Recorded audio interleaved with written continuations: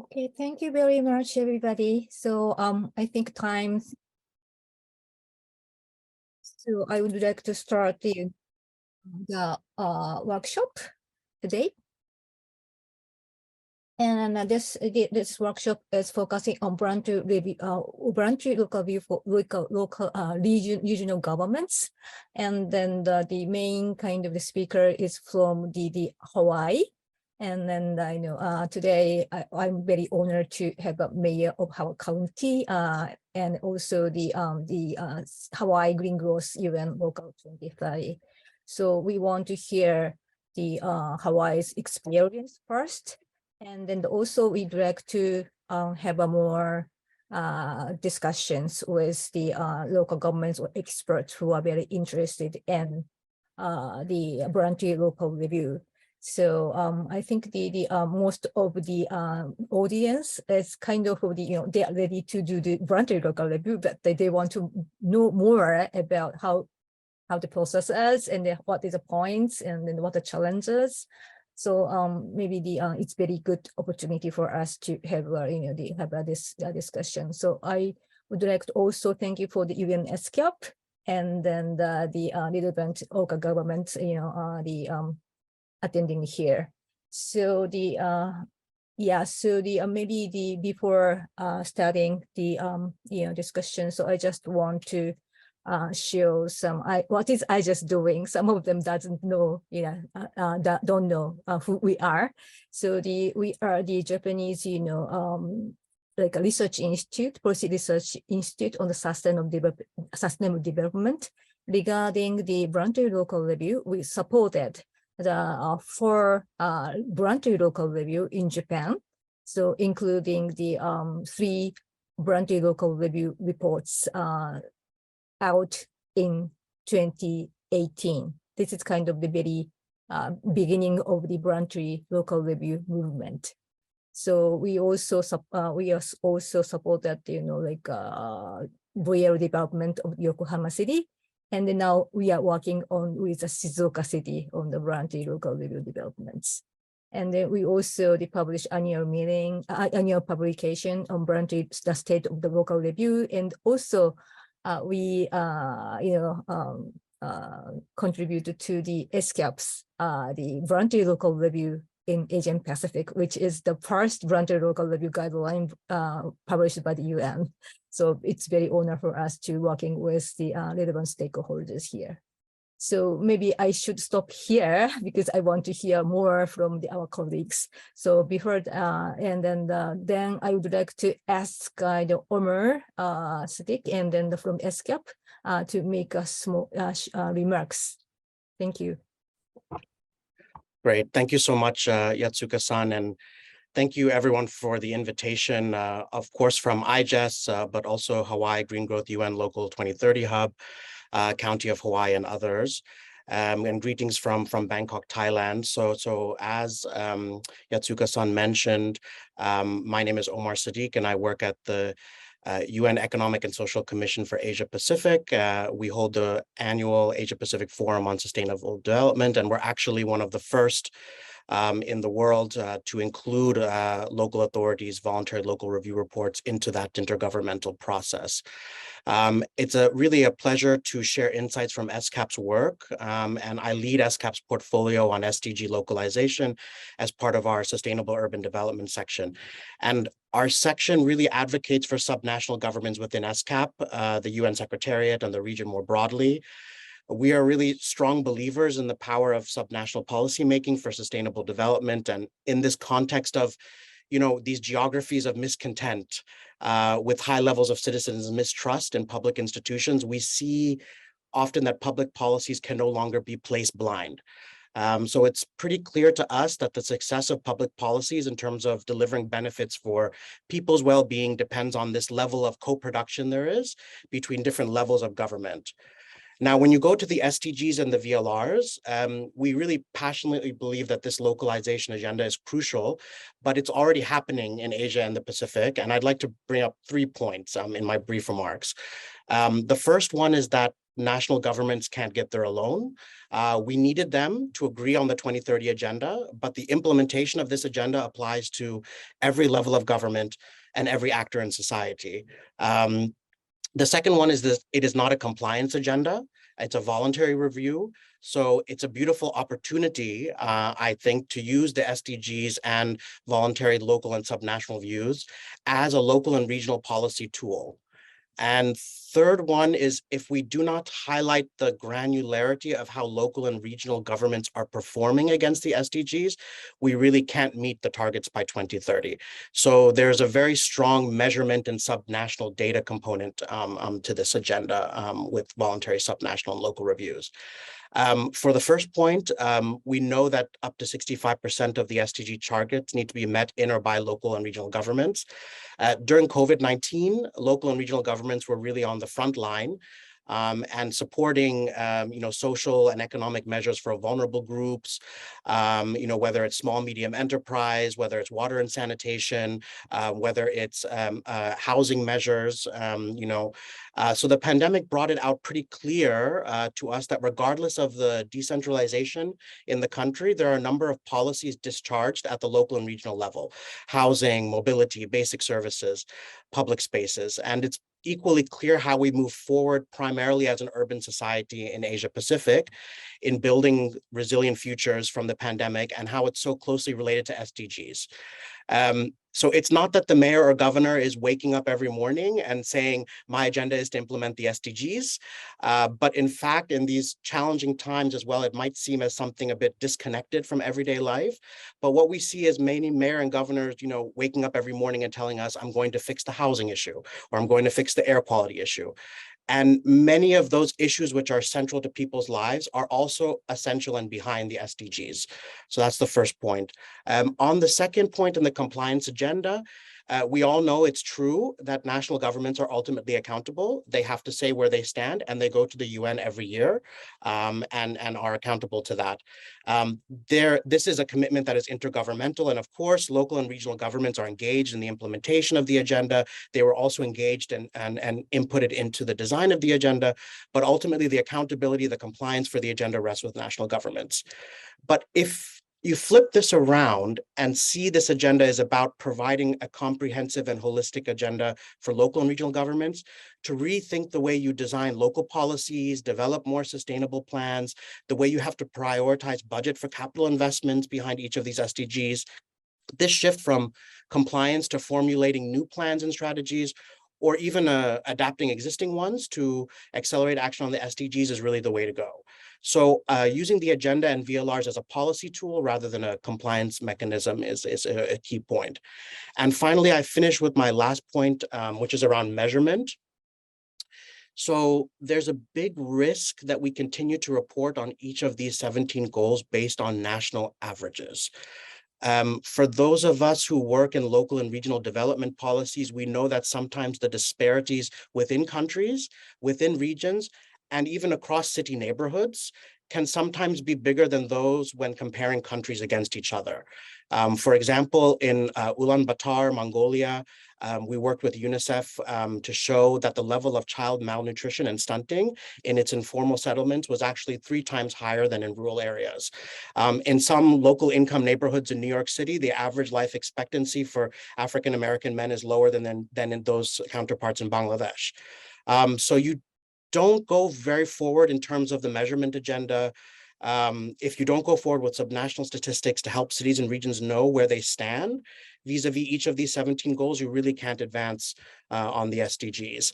And one final reflection I would have is that unlike the MDGs, the 2030 agenda is universal, and I think this meeting is really demonstrating that point. For example, according to the OECD, up to 80% of 600 regions in advanced economies are not on track to achieve any of the SDGs targets by 2030. So it's really showing that universal character of the agenda, and that it's no longer about the West versus the rest. So there are very serious issues that we need to fix also in advanced economies. For example, if you take goal 5 on gender equality, this is where you see 98% of regions in advanced economies have not reached the target of gender equitable employment rates between men and women and equal pay for equal work. If you take SDG 7 on clean energy, less than 30% of cities in advanced economies are shifting significantly away from fossil fuels to renewable energy sources. So this type of data that the voluntary subnational and voluntary local reviews can uncover is important to disclose, to have this very granular and place-based action on the SDGs. Moving forward, SCAP, we work very closely with local and regional governments, including through the development of the regional guidelines on voluntary local reviews, which we developed with UN Habitat, IGES, and other partners in 2020. And we've supported over 9 subnational authorities to leverage these VLRs or VSRs. We're now working very closely with IGES and other partners to support West Java province in Indonesia and Suva City Council in Fiji. Welcome to all of you for the meeting. And from Suva City Council, this will be the Pacific Islands' first municipal voluntary local review. So this agenda is coming at a time, and we enter the final stage of the SDGs after this year, in the lead up to the 10th Asia Pacific Forum on Sustainable Development next month in Bangkok, but also the 8th Asia Pacific Urban Forum in October in Suwon, Republic of Korea. We really hope to continue this discussion with all of you. So thank you very much again, and look forward to the discussion. Thank you very much, Omar, for your good, beautiful explanation of the background of the voluntary local reviews. The voluntary local reviews very powerful tools to improve the sustainability in the local area. And then so we have participation from West Java and then Suva and then the Shizuoka City and others. So maybe we will come back to some questions, practical questions on the voluntary local reviews. So having said that, maybe everybody is waiting for the presentation from the Hawaii side. So I would like to move on to the next agenda. So I would like to ask the Ms. Celeste Connors, Chief Executive Officer of the Hawaii Green Growth UN Local 2030 Hubs. So Celeste, floor is yours. Yes, aloha, everybody, and thank you so much for setting the scene and the introduction. Want to acknowledge Mayor Mitch Roth, who's here with me, one of our wonderful mayors who is really leading by example on SDGs at the local level with global relevance and convening partners locally and statewide and globally. And I'm really delighted to share this time with him. And I'll provide a little bit of context on how we got to where we are and how the mayor and our communities are really leading the next steps in where we're going for our second voluntary local review. And I have some slides to share, and I'm here with my colleagues, Erin Azuma and Samantha Happ and Patrick Bronco as well. Just a brief introduction. I think what Omar, you said is absolutely true. These are universal goals. And I grew up in Hawaii. I had that opportunity. And then I spent my time during this early stage of the SDG formation in the Obama White House as the Director for Energy and Climate Change during that time in 2009, when all of us were thinking about the post-MDG agenda. So for me, I think it's deeply personal that we are now here looking at the local level for how we implement those. So what is Hawaii Green Growth? And I'll just ask Erin to keep me on track and can move us along with the slides. It's a public-private partnership. Because as we say in Hawaii, this is a KAKO effort, it's a collective effort. So we need government, business, and civil society, our communities, our youth, all working together to move this forward. So Hawaii Green Growth and the initiative, we'll talk about the Aloha Plus Challenge. The signatories are our mayors and the Office of Hawaiian Affairs, our state legislature. This is just a snapshot of the partners, which include our airlines, our banks, as well as our Department of Education and other groups. And the origin story for us comes actually back to the region of the Asia Pacific Economic Cooperation meeting. Omar also mentioned the OECD, and we'll recall in 2008, we were emerging from the financial crisis. And the OECD made a commitment to green growth, that we will grow back greener, our economy is stronger. And this took place during the US leadership year of APEC, which incidentally, since that time, the US is hosting APEC this year. It's the presidency, the first time since this last meeting here in in Honolulu. And so what happened is a group of local Hawaii stakeholders came together inspired by that message of APEC and said, we will get on a green growth pathway. And it always has been about economic, social, and environmental well-being. It's been about economic development. And we find ourselves today emerging from the COVID crisis and need to recommit to a green growth strategy and one that's deeply embedded in sustainability. We are also inspired by our other island economies. And again, I'll ask Erin just to move me along. But all of you here on the call. So there's something called the Micronesia Challenge, which was leadership at the Micronesian level to say that we're going to steward our land and water resources regardless of what happens in the global discussions. That inspired the Caribbean to launch the Caribbean Challenge. It then inspired Hawaii to launch the Aloha Plus Challenge. And subsequently, we have the BEST Challenge in Europe. And drivers behind that included a group called the Global Island Partnership, or GLISPA, that is really working to catalyze a lot of these partnerships. And as we'll talk about later, that has subsequently inspired Guam Green Growth. So what is the Aloha Plus Challenge? This is a commitment actually prior to the SDGs being agreed in 2015. Hawaii's local community came together and launched our own challenge, the Aloha Plus Challenge, a set of 6 statewide sustainability goals to be achieved by the year 2030. And you can see them here, and it's a similar color scheme. Hawaii, we came up with our own color scheme first before the SDGs. And this is really important in our origin story and to everything that Omar had said previously, that these solutions really need to be grounded in local priorities and actions. And in our case, Hawaii has a long history of systems thinking grounded in 1,000 years of indigenous knowledge and wisdom. So we're not even starting from the Brundtland Report, but we're starting much further back, and we look to our indigenous communities for inspiration. And if you go to the next slide, you'll actually see here is a snapshot of political leadership. There are 4 key pillars that we operate against to drive action. And we say that progress moves at the pace of trust. So what we do as an organization is to build those trust-based processes. And just back on that last slide here, that is our political leadership committing in this photo. It's our state legislature. We have President of Palau is in this photo. We have UN officials. We have our congressional delegation, and they are all recommitting to the Aloha Plus Challenge as a model to achieve the SDGs. And what do? We convene our partners. We actually identify these shared priorities. We measure what matters, and we coordinate action. You have to measure what matters. And so what we did is we undertook a 4-year process with our communities to determine what actually matters to our community. Because of that commitment, we were invited by the United Nations to serve as a UN Local 2030 hub. We're so delighted to see Shizuoka on this call today, another Local 2030 hub. And the Local 2030 initiative launched by the Deputy Secretary General Amina Mohammed of the United Nations was really specifically addressing that issue, that in order to achieve the SDGs, we can't just work at the national level. We really need to look at the local level. And further, we need to be looking at communities where there's already action to help catalyze, to look at those models and bring those solutions to the forefront.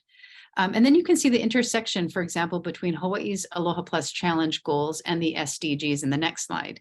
So while Hawaii has prioritized 6 areas, and actually we have found in this conversation, and with Shizuoka, we're part of a community of practice led by Brookings, other local governments, Bogota, for example, a lot of Guam have chosen 6 priority areas, but you can see all of the SDGs really reflected in that, particularly with our reporting. And then in the next slide, you can see something that we've developed over this period of time is the dashboard. So we currently are tracking progress on our sustainable development goals on an open data online platform. It's actually an Esri-based platform. So we are utilizing ArcGIS and geospatial mapping to be able to communicate the data. But we also agree that it's critically important that we not just measure what matters and track progress, but that it's publicly available and providing that transparency and accountability. And while this is on the state.gov website, we're all accountable, right? So in here, it's not just any particular municipality or county or state agency or private sector partner, but everyone. And in here, sometimes you can see these very specific metrics, and we'll get into that a little bit further. What we are measuring actually was a community-driven process itself.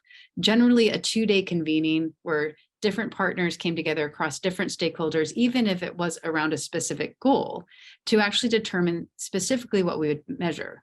And if you just progress the slide there, Erin, you'll see sometimes we didn't always know what we wanted to measure. We didn't always know if the data was available. If there was something we wanted to measure and the data wasn't there, then we would actually figure out different ways to measure that, or talk to our economists that were part of the process to really get the data that we needed. And actually, we're at the point right now with our dashboard with the different backend APIs that we've developed that we can actually pull real-time any data that is publicly available very easily into the dashboard. Previously, it was a more difficult exercise of taking different types of data and integrating that into the dashboard. I'm going to progress a little bit quickly through the next slides, but here you can see our energy goal, our energy transformation. Again, when you go on the dashboard, which my colleague put into the chat, you can actually see how these local metrics then connect back to the SDGs. And on this next slide, this is really the process. It might sound boring, but process matters. And process is what drives trust ultimately. And so this is, as we are talking about the process that Hawaii undertook to develop our first VLR, but also our set of goals, and then the dashboard is this iterative process. It's a bit small here. We'd be happy to share this slide after, but it's about including the technical experts in the conversation, but also looking at bright spots of actual examples, convening meetings. Now, one important thing, and if you go to the next slide, it's about continuous convening. This is not a one-off process. And so during this process of developing the metrics and indicators, we identified different working groups that our network wanted to come together around. And our network includes about 150 individuals and institutions, policy and legislation, and next generation leadership. We even have a sustainability business forum, which includes 26 of our CEOs. It's a CEO voluntary peer-to-peer network that cut across different industries, our banks, our utilities, our airlines.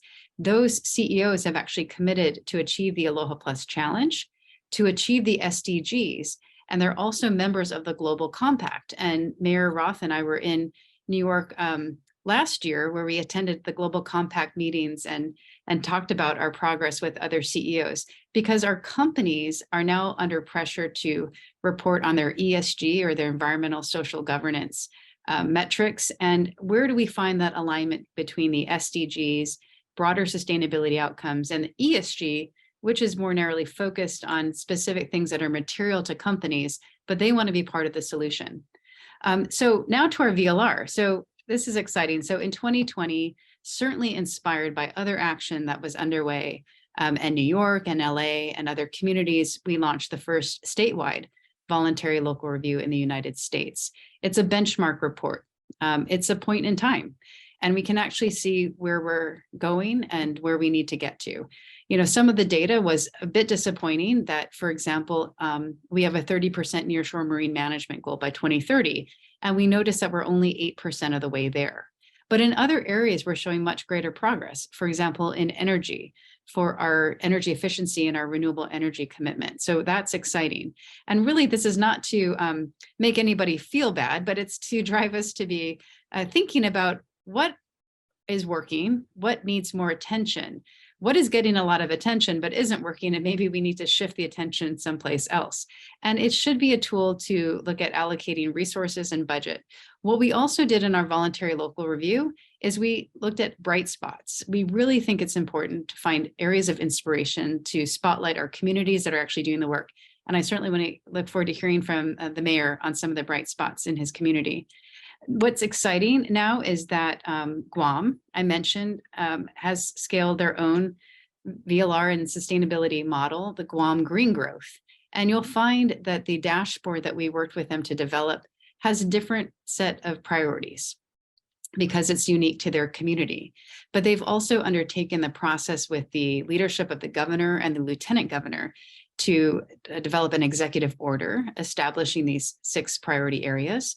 They have actually developed a series of working group meetings and structure reporting back to the governor and the lieutenant governor, and they're really driving exciting progress. And again, Mayor Roth and I had the opportunity to visit the Guam Green Growth headquarters in Guam, their maker space, where they're developing all kinds of innovative solutions to sustainability. So we have a lot to learn from them. And I think this next slide actually shows their action framework.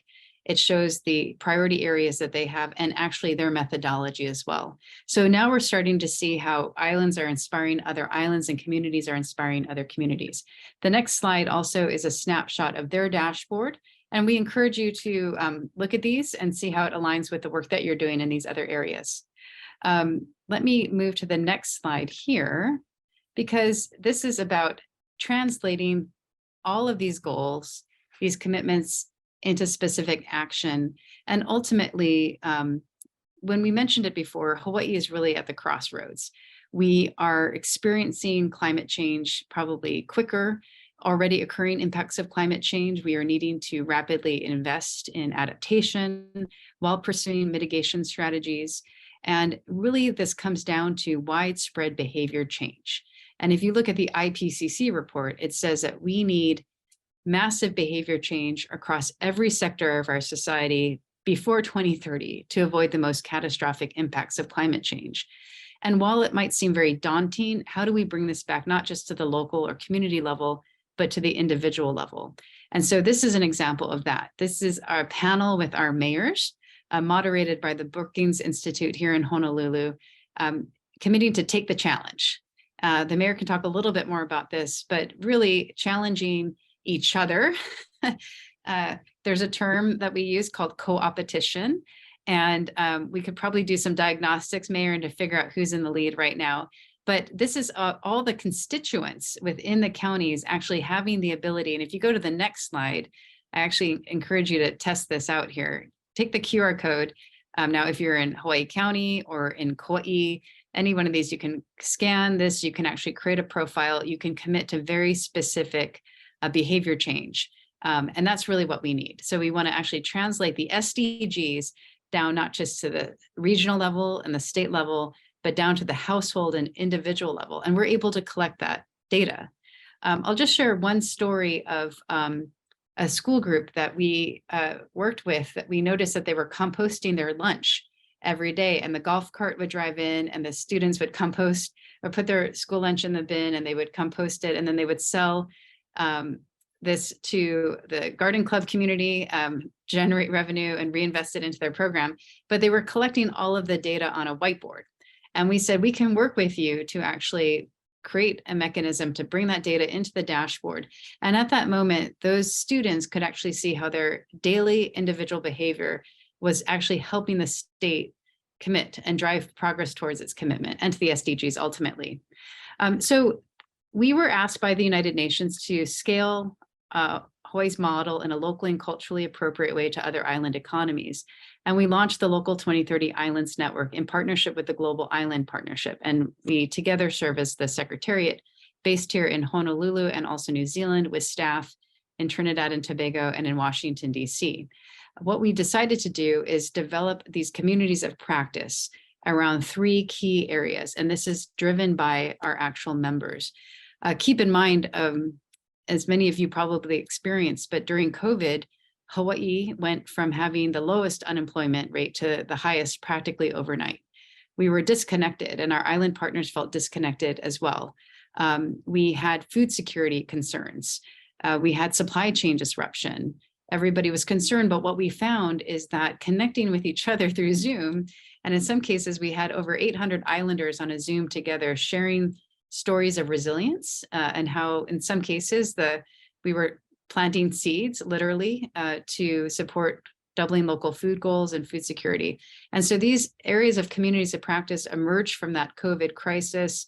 We're now looking at how we work together in a peer-to-peer way on sustainable and regenerative tourism, on looking at integrated renewable energy planning in an island context, which includes innovations like hydro and also renewable energy across the board. And we'll hear more, I think, from the mayor on that, and also data for climate resilience.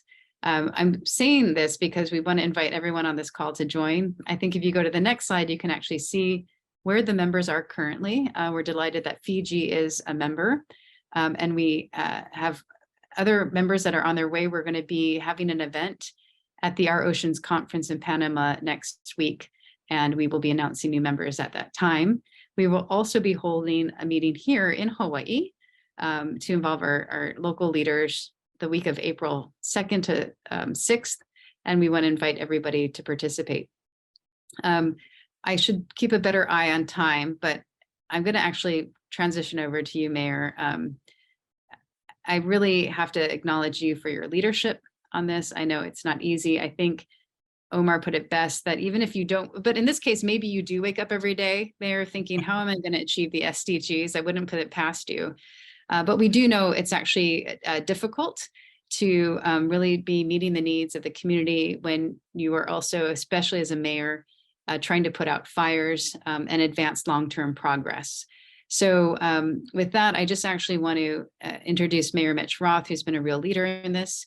He convened the second statewide sustainability summit last year. If you can maybe just move forward, I think to the next slide on that, Aaron, the last two slides that I have. And it was really inspirational to see the different partners that came together, and including our youth. I do need to mention that one of the things that we plan to do in Hawaii for our second VLR, I said as we will be submitting that in July, is for it to be youth-led, youth-driven.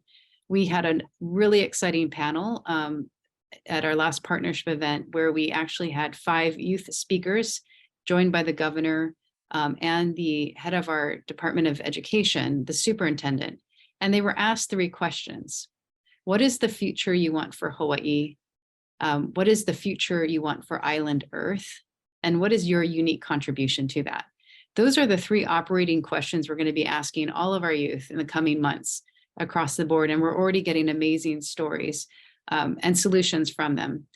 So to the Sustainability Summit that the mayor hosted, what I really appreciated, actually, if you go to the final slide for me and then over to you, Mayor, is that the mayor and his team actually redrafted the Aloha Plus goals in a way that was even furtherly locally and culturally appropriate. I love these images here. Local food, natural resource management, these really resonate with our community.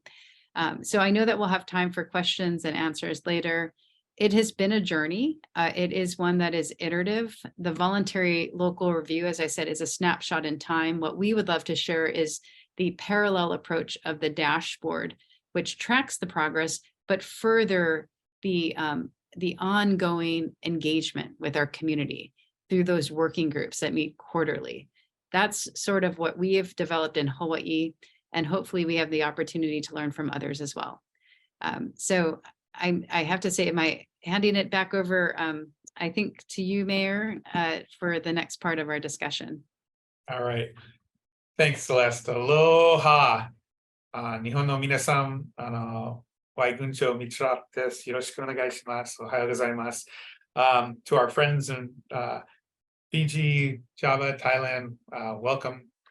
Thank you for having me here. This is very exciting, and it's always tough to go after Celeste. She's a rock star in the areas of sustainability. But maybe I can just tell a couple of stories about Hawaii. They asked me to talk about some reflections, and let me just start off how I got into sustainability. About 3.5 years ago, when I was running for mayor, I really didn't even know what sustainability was about, and I started looking into it and thought, this is really what we want to do. And so one of my campaign promises up in the beginning was that we would have a sustainability summit within the first 100 days of my administration. And the only problem is there was COVID going around, and getting people into a hotel room was a difficult task. And so I figured maybe we'd have 50, 75 people. And we ended up doing a sustainability summit by webinar, and we had over 2,500 people who signed up. So there was definitely interest, and that can still be found on Naleo TV. And I think at this point, we've had over 30,000 people actually view our sustainability summit, where we talked about various different topics. Was very successful.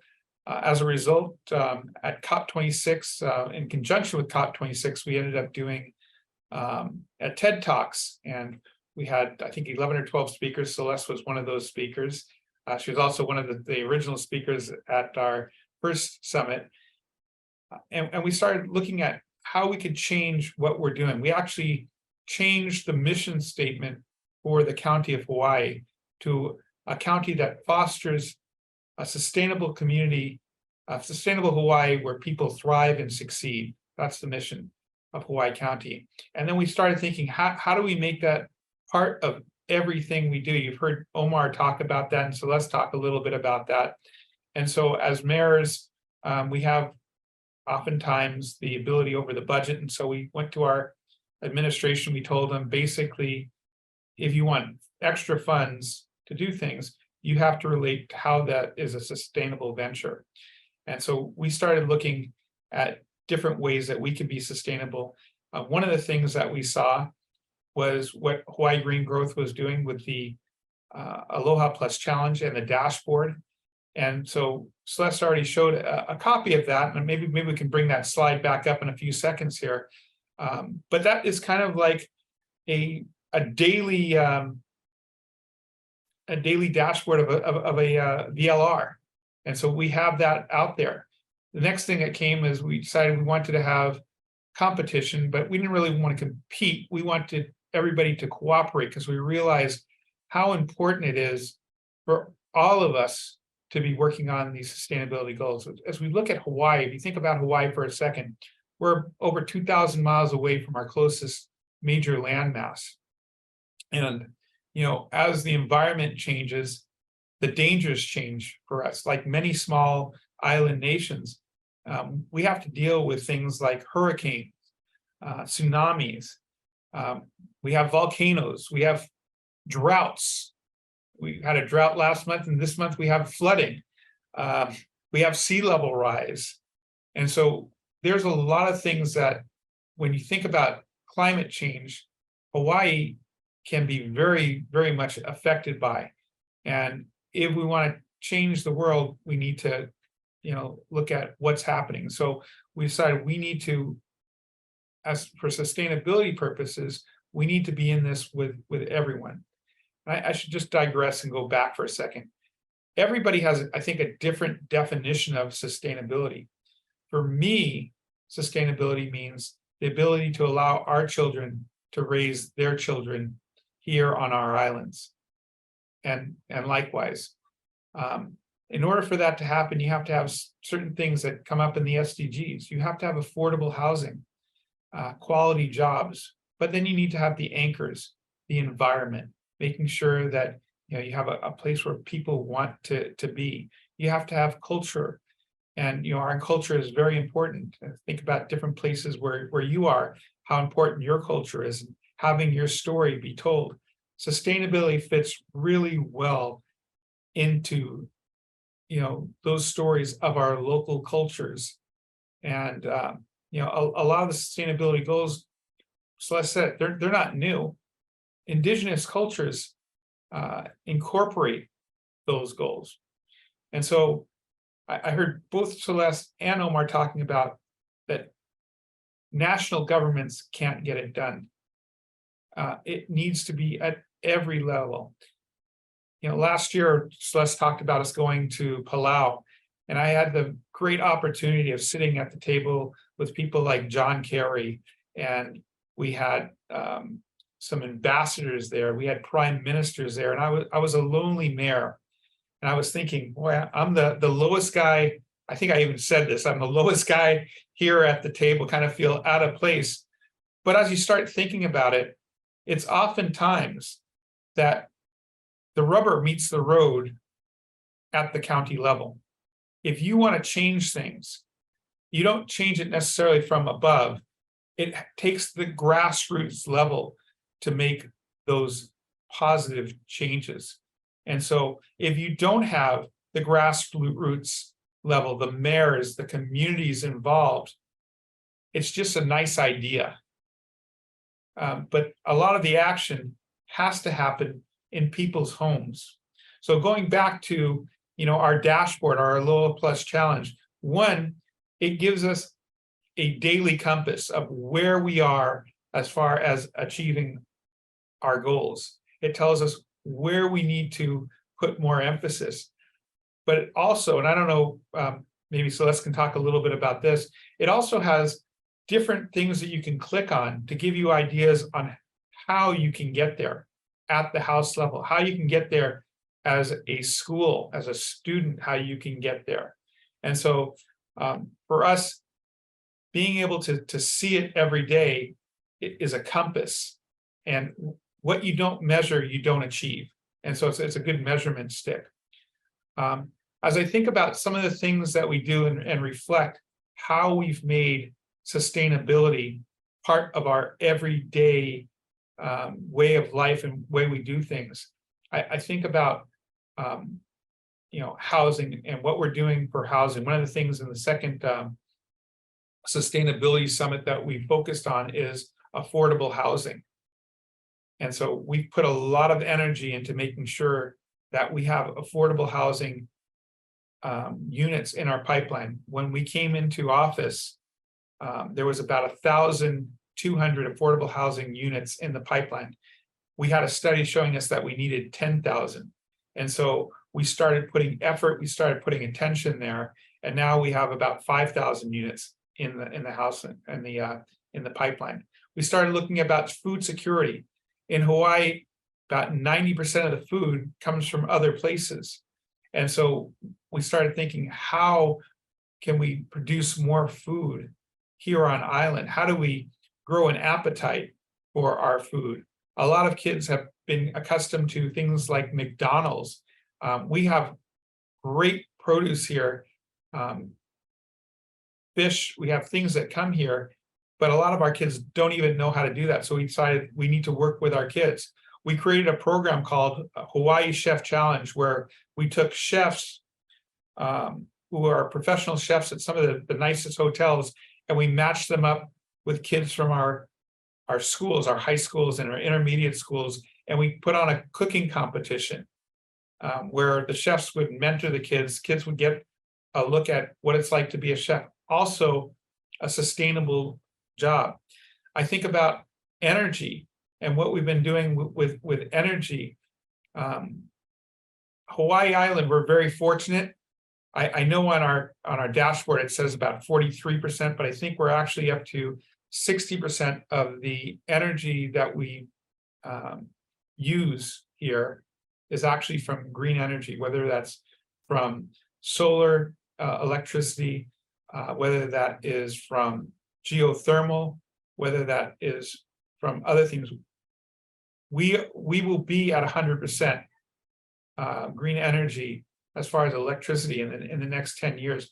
But then you start thinking, where do you go after you reach 100%?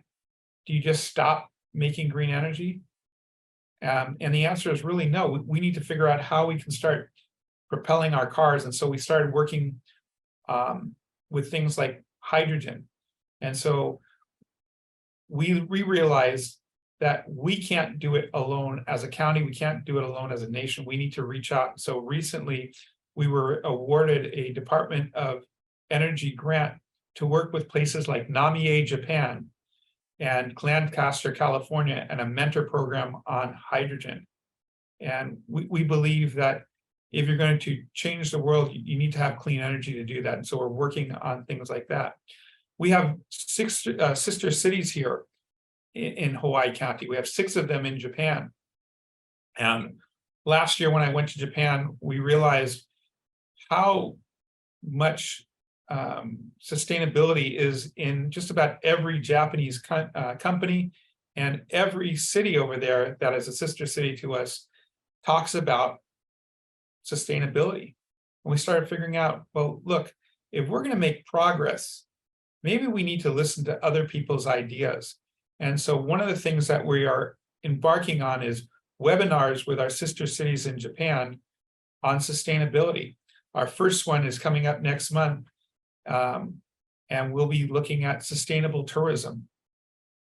I think about different areas that we can be working with our kids and having them being the example. I talked a little bit about hydrogen and come back there. We're looking at building a competition with our kids and have the kids start teaching their parents about sustainability and getting involved in different ways that they can clean the planet. So I'm talking about a whole bunch of things. Celeste, I'm going to turn it back over to you. I don't know if you have any questions. I think the real emphasis of my talk kind of goes back to what Omar and you said, is that we all need to be working together. Oh, I have one more story I'll tell real quick. I know Celeste likes me to tell this one. We went to Palau last year, and we saw that we learned a lot from them, and they asked their planning people, asked if our planning people could show them what we're doing here. And so we recently hosted a group of planners from Palau, again, because I guess the most important SDG to me is number 17. It's those partnerships, and the partnerships are what's really going to help save our planet. So with that, I turn it back over to you, Celeste, and thank you all for allowing me to just babble on here for a few moments. Well, mahalo, Mayor. And I think I'm going to hand it back to Yatsuka-san for the moderated discussion, but you're absolutely right. I think we're talking about VLRs, and one of the questions that were framed early on is, what does this look like in practice? You know, how are we actually using these reports in a useful way to drive action? And all the examples you provided, Mayor, are really, it's really what it is, actually.